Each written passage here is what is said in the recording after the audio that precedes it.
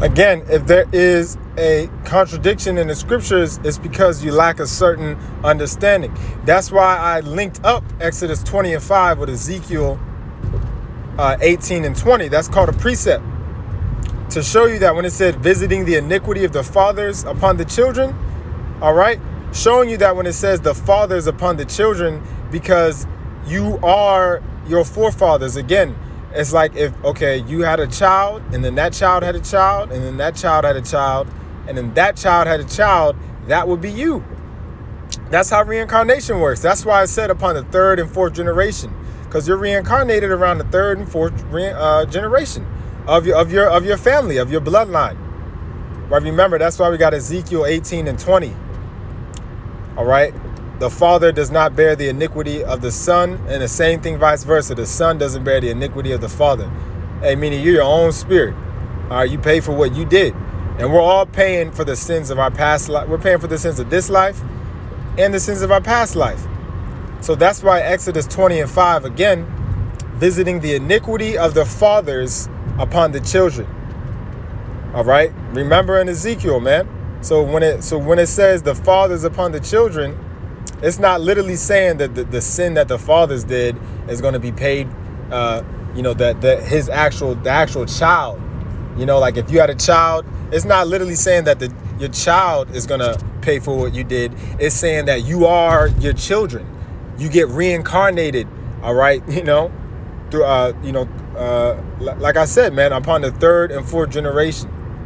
So right here in Exodus 20 and 5, it's talking about reincarnation. And that's how that's a part of judgment. Remember, that's the title. Reincarnation, and its connection to judgment. Because in order to understand reincarnation, judgment, and how the Lord actually judges the earth, how the Lord judges people on the earth, we have to understand reincarnation. We have to understand that we are paying for what we did in our past life. So going back to that, you had that mass shooting, those two mass shootings. You had the one in the store in the elementary school. Just know that anybody that gets caught up in something like that, that's judgment from the Lord.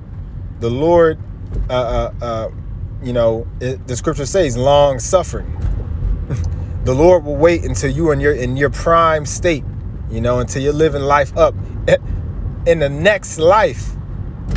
All right. And then he'll judge you, man. That's why we got to fear the Lord.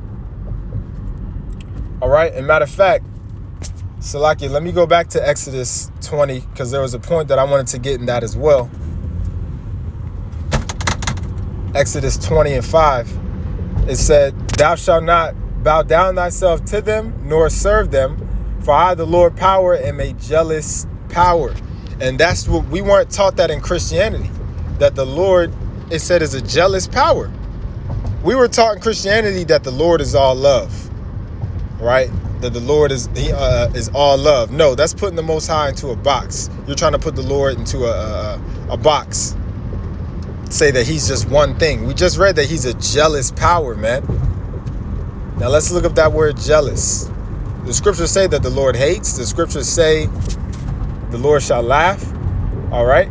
So that these people, they try to put the Lord into a box. Jealous, it says 12th century, it says possessive. All right. And I'm going to scroll down. It says, in biblical sense, tolerating no unfaithfulness. You see, so that's what jealousy means. It's tolerating no unfaithfulness. So that's what it means when the Lord is a jealous power, man. He's possessive of us as his people. And he tolerates no unfaithfulness, man. All right, remember Deuteronomy 7 and 6. Thou art an holy people unto the Lord thy power. So the Lord deals with the Israelites exclusively, man. And he's not tolerating us worshiping these false gods. That's why we have constantly been getting jacked up, man, throughout all our reincarnations on this planet Earth. I remember I already broke down reincarnation back in the flesh. So Jake continuously throughout the constant reincarnations on this planet Earth has been rebelling and sinning against the Lord. That's why we are in this lowest state that we are in America and other parts of the planet Earth. We're getting judged, man. for worshiping these other gods. Why? Because again, the Lord is a jealous power. All right, now let's go to Job 4:7. Job 4:7. Remember, I pray thee, whoever perished being innocent, or where were the righteous cut off? But what we're focusing on is whoever perished being innocent. All right, now you hear these cases like we just had that shooting. You know, the children that got shot. You had the Jake that got shot at the mall, the supermarket. Well, we're reading why right here. It said whoever perished being innocent, man. Meaning nobody is innocent. Now I know when you first see that and you're like, oh, what could those children have possibly done? Well, that's why we're reading about reincarnation. And that's why the topic of the video was understanding reincarnation and its connection to judgment.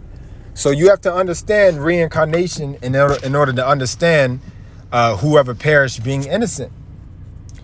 Because nobody perished being innocent. Those children that died, and whenever you hear crazy ass stories about, you know, people getting, dying these horrible random deaths, they're not innocent. They're all paying for the sins that they did in their past lives. We are paying for the sins that we did in our past life. Everybody gets judged, man. And that's another characteristic of Yahweh Ba'Shem Yahushai, that he judges the earth. All right, let me get that. There's plenty of precepts. All you got to do is type in judge in earth. Look at all these precepts, man. Psalms 82:8. Arise, O power, judge the earth, for thou shalt inherit all nations. All right.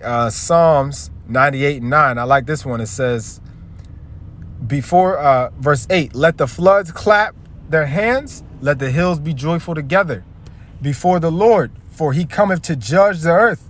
It said, let the floods clap. Did not the Lord, when's the last time the Lord, on a grand scale, judgment happened on the earth? It was the flood. Clearly the flood was, clearly the Lord judged the earth with the flood, did he not? All those people that were destroyed, man, dying by way of suffocation of water, that's a horrible way to go out. You see? But that was judgment from the Lord. That's why we got to fear the Lord, man. That was judgment from the Lord. It says, for he cometh to judge the earth, with righteousness shall he judge the world, and the people with equity, with equality. All right. Now, let's go into that word judge. It says shapat. To judge, to govern, to vindicate, to decide. Right? That's what the Lord's doing, man. He's deciding what everybody's reward is, man. To execute judgment. Now, hey, the reward can be a good reward, or the reward can be a terrible reward. Meaning, that's why you got these different cases that you hear out here. It should put your mind at ease understanding judgment now. All right, because in Christianity, we were never taught this stuff, man. We have to understand this. This is a part of us being Israelites, man, a godly people. All right. We have to understand life and death. We got to understand what's really going on out here, man. There's reincarnation, and we're all paying for the sins of our past life. And that's a part of how the Lord judges people, man. He'll judge you from what you did in your past life. Well, another way to prove that is John 9:1. It says, and as Yahushua passed by, he saw a man which was blind from his birth. So check it out. This baby was blind since he was born, right? It says, and his disciples asked him, saying, Master, who did sin, this man or his parents, that he was born blind? Now, clearly, if the baby was born blind, why are the disciples asking him, did this baby sin or did his parents?